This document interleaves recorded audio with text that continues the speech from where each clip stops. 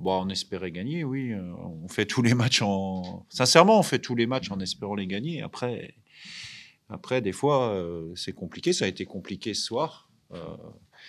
Je trouve qu'après l'ouverture du score, on a eu du mal on a trop reculé, mais c'est surtout parce que la première ligne pour le pressing a pas été très efficace. Donc après, on se retrouve évidemment en difficulté dans ces cas-là, mais on a su faire bloc. Enfin, je dirais qu'on a fait un match solide à l'extérieur, tout en, je pense, ce qui est positif pour nous et ce qui a permis aussi de garder l'avantage, c'est qu'on a 2, 3 fois montré qu'il fallait faire attention parce qu'on pouvait, notamment sur certaines pressions, juste avant la mi-temps, je crois au bout de l'heure de jeu avec Bilmaz, on a la possibilité de marquer le deuxième but. Et c'est vrai que, par contre, sur la fin, on les a vraiment gênés avec les entrées en jeu. On a retrouvé de la fraîcheur et on les a vraiment gênés pour pouvoir ressortir. On sait que c'est une équipe avec des joueurs de ballon qui sont capables de faire des choses intéressantes.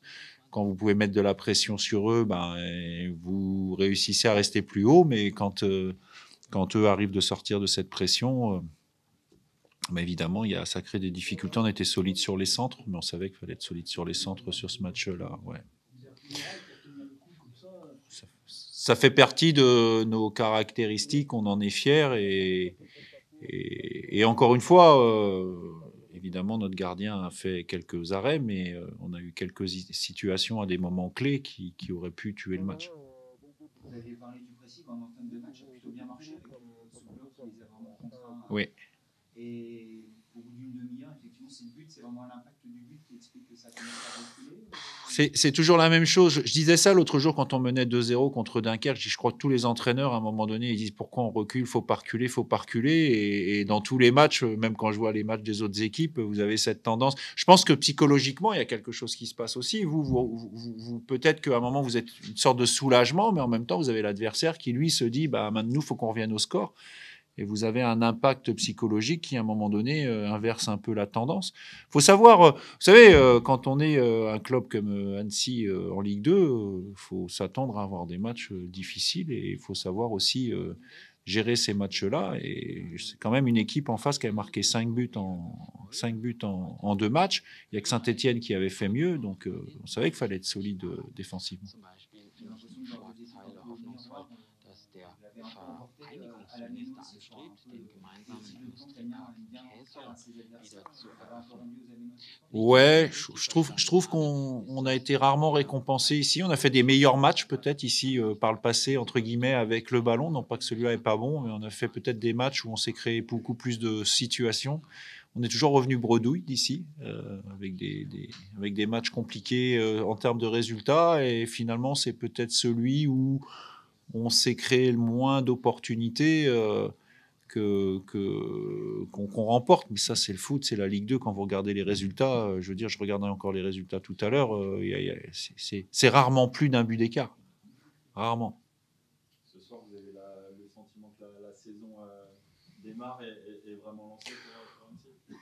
Oui, parce que évidemment qu'on attendait une première victoire, mais il n'y en a pas. Et puis, comme je l'ai dit la dernière fois, il n'y a pas tant d'équipes que c'est. Enfin, il n'y avait pas d'équipe qui avait fait 2 victoires de suite. Et puis, c'est rare. On voit qu'il y a beaucoup d'équipes à 4 points, mais bon, le championnat, il va être.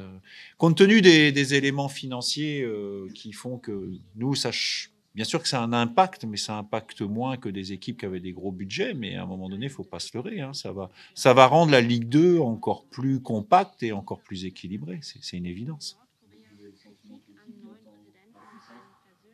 Oui, parce que quand vous êtes en début de saison, il y a 6 semaines de prépa, c'est que la troisième journée, donc il y a des choses qui commencent à être évidemment acquises, acquises dans ce qu'on veut mettre en place, mais il y a encore beaucoup de progrès. Un, il y a encore beaucoup de progrès à faire, je trouve, et puis deux, voilà, vous savez très bien qu'on n'est pas encore fin août et qu'il y aura peut-être des aménagements à trouver d'ici la fin du mercato pour améliorer encore cet effectif. Cet été, vous avez perdu justement Johan de Moncy qui était si précieux sur les coups de pied arrêtés. On a vu qu'Abdel, il était pas mauvais dans Ouais. le Mais dans le recrutement d'Abdel, c'est un élément qu'on a pris en compte aussi. Voilà, quand vous perdez un joueur, à la fois un joueur comme Yo et avec des coups de pied arrêtés de ce niveau-là, c'est sûr que et qu'en plus ça vous a permis quand même de gagner quelques matchs la saison passée, ce serait suicidaire, je dirais, de ne pas reprendre quelqu'un qui a aussi une particularité et une qualité de pied sur les coups de pied arrêtés. Donc dans le recrutement d'Abdel, évidemment que cet aspect-là a compté beaucoup aussi. Vous avez retrouvé aussi cette solidité défensive à l'image d'un Flo qui réalise un gros match. Ouais, je dirais qu'on a peut-être eu plus de, on a concédé plus. C'est le foot, on a concédé peut-être un peu plus de situations que contre Dunkerque. Contre Dunkerque, on a pris 2 buts. Là, on n'en a pas pris, alors que peut-être certaines. Mais voilà, du gardien jusqu'à l'attaquant, à un moment donné, ça fait partie du jeu aussi d'avoir des gens qui font des bonnes performances. Ça a été le cas de Flo ce soir.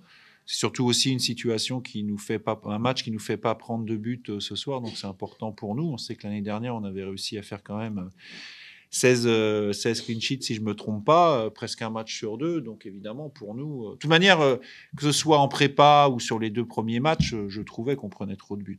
Voilà, donc c'est un des aspects aussi sur lesquels il faut qu'on progresse, c'est-à-dire que c'est dur dans un championnat d'avoir des résultats et des points si vous prenez 2 buts par match. Hein. C'est très dur. Hein.